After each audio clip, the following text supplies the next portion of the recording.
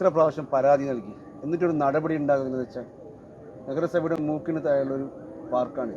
ജനങ്ങളുടെ സായാഹ്നം ആഘോഷിക്കാൻ വരുന്നൊരു പാർക്ക്. വർഷങ്ങൾ എത്രയായി ഇതുപോലെ വികസന മുരടിപ്പുമായി കിടക്കുന്നു.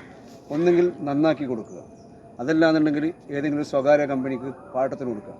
അതാകുമ്പോൾ അവർ നല്ല വൃത്തിക്കുള്ള പാർക്കും പണിയും, നല്ല പൂക്കളും സൗന്ദര്യങ്ങളും ആസ്വദിക്കുന്ന രീതിയിലുള്ള ഗാർഡന്, അതുപോലെ തന്നെ ഇവിടെ വരുന്ന ആളുകൾക്ക് ഒരു ടോയ്ലറ്റ് സംവിധാനം, ഏറ്റവും ഉത്തമമായൊരു ആവശ്യമാണ് ടോയ്ലറ്റ് സംവിധാനം. ഒരു ശൗചാലയമില്ല, അത് വലിയ പോരായ്മ തന്നെയാണ്. ചെറിയൊരു കോഫി ഷോപ്പ് അല്ലെങ്കിൽ ഐസ്ക്രീം പാർലർ, അങ്ങനെ ഒരു വൃത്തിക്ക് നടത്തുന്ന രീതിയിൽ പാർക്ക് സംവിധാനം ഉണ്ടാക്കാൻ നഗരസഭയ്ക്ക് സാധിക്കാഞ്ഞിട്ടല്ല, നടക്കത്തില്ല, അല്ലെങ്കിൽ നടത്തിക്കൂല. കാരണം അങ്ങോട്ടും ഇങ്ങോട്ടുള്ള പാരവെപ്പാണല്ലോ. 5 വർഷം ഇപ്പോൾ വീതം വെക്കാനുള്ളതല്ലേ. ഇതൊക്കെ നഗരസഭയെ സംബന്ധിച്ചോളം വരുമാനമുള്ള മാർഗ്ഗമാണ്. അവിടുത്തെ ഭരണസമിതിക്ക് വരുമാനം ഉണ്ടാക്കാനുള്ള ഒരു മാർഗ്ഗം. ഇപ്പം നന്നാക്കി കഴിഞ്ഞാൽ പിന്നെ ബജറ്റിൽ ഫണ്ട് പാസ്സാക്കാൻ പറ്റില്ല. കാസർഗോഡ് നഗരസഭ പരിധിയിലുള്ള നമ്മുടെ CB പാർക്ക് അല്ലേ, CB പാർക്കിൻ്റെ അകത്തേക്ക് പ്രവേശിക്കുന്ന കവാടം തന്നെ, ഗേറ്റ് തന്നെ അപകടാവസ്ഥയിലാണ്. തകർന്ന് തരിപ്പണമായ ഗേറ്റിൻ്റെ ഒരു ഭാഗങ്ങളുടെ മൂലയിൽ നമ്മൾ കണ്ടിട്ടുള്ളത്. അകത്തേക്ക് കയറിക്കഴിഞ്ഞാൽ ഈ കുട്ടികളെ ഫാമിലിനെ ആകർഷിക്കാൻ പാകത്തിൽ ചില കൊത്തുപണികളിൽ കൊണ്ടുണ്ടാക്കിയ ഒരു സ്റ്റാച്യു മോഡലൊക്കെ ഉണ്ട്, വെള്ളച്ചാട്ടം എന്നൊക്കെ പറയുന്നത്. പക്ഷെ അതൊന്നും വർക്കിംഗ് അല്ല, ഉപയോഗശൂന്യമായിട്ട് കിടക്കുകയാണ്. പിന്നെ കുട്ടികളുടെ, നമ്മൾ നേരത്തെ കണ്ട കുട്ടികളുടെ കളിപ്പാട്ടങ്ങളുണ്ടല്ലോ, അതൊക്കെ പൊട്ടി വീണിട്ടുണ്ട്. എന്ന് വെച്ചാൽ തുരുമ്പെടുത്ത് പൊട്ടി വീണ്ടി ഏകദേശം വർഷങ്ങളായി.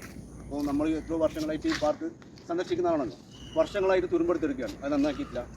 ഒരു കുടിവെള്ളത്തിനുള്ള സാഹചര്യം പോലെ ഇവിടെ ഇല്ല. എന്തിന് ഇപ്പോൾ എത്രയോ ഫാമിലി ഇങ്ങോട്ട് വരുന്നുണ്ട്. ഒരു ശൗചാലയമില്ല, വൃത്തിക്കുള്ളൊരു ശൗചാലയമില്ല. മറ്റൊന്ന് കാട് മൂടി കിടക്കുന്നു, മൊത്തം കാട് മൂടി കിടക്കുന്നു. ഇത് എനിക്ക് തോന്നുന്ന ഒരു വർഷത്തിലൊരിക്കൽ പോലും ഇവർ നന്നാക്കുന്നില്ല എന്നുള്ളതാണ്.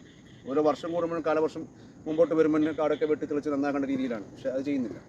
ഇതൊക്കെ സ്വന്തം പോക്കറ്റിൽ നിന്നല്ല, ജനങ്ങൾ നികുതി പണം കൊടുത്ത ഖജനാവിൽ നിന്നാണ് ഇതൊക്കെ എടുക്കേണ്ടത്. അല്ലാതെ ഏതെങ്കിലും ചെയർമാൻ്റെയോ ചെയർപേഴ്സൻ്റെയോ അല്ലെങ്കിൽ പൊതുമരാമത്ത് വകുപ്പിൻ്റെയോ ബന്ധപ്പെട്ട കൗൺസിലർമാരുടെ ഒന്നും പോക്കറ്റിൽ നിന്നല്ലല്ലോ ഇന്നൊക്കെ പണം കണ്ടെത്തുന്നത്, പൊതു ഖജനാവിൽ നിന്നല്ലേ. അപ്പോൾ പിന്നെ അത് ചിലവാക്കാൻ എന്താണ് മടി? നമ്മൾ നേരത്തെ കണ്ട ഒരു വഴി തടസ്സപ്പെട്ടിരിക്കും, പോകാൻ വഴിയില്ല. ഇത്തരം കൈവരികൾ തകർന്ന് തരിപ്പണമായിട്ട് താഴെ വീണിരിക്കുന്നു, ശൗചാലയമില്ല. അല്ലെങ്കിൽ എന്തിനാണ് പറയുന്നത്, 100 കണക്കിന് ആളുകൾ ദിനം പ്രതി ഇങ്ങോട്ട് വരുന്നുണ്ട്. ഇത് ഒന്ന് നന്നാക്കി എടുത്തു കഴിഞ്ഞാൽ 100 എന്നുള്ളത് 1000 കണക്കിന് ആളുകളായിട്ട് മാറും. പക്ഷേ ഇവിടെ വരുന്ന ആളുകൾക്ക് ശൗചാലയ സംവിധാനമില്ല, കുടിവെള്ള സംവിധാനമില്ല, എന്തിനാണ് ഒരു ചായക്കട പോലും ഇല്ല. ഇത് നഗരസഭയ്ക്ക് സ്വമേധയാ ചെയ്യാൻ പറ്റുന്നില്ല എന്നുണ്ടെങ്കിൽ നഗരസഭ ഇതിന് ഹാൻഡ് ഓവർ ചെയ്യാൻ ശ്രമിക്കണം.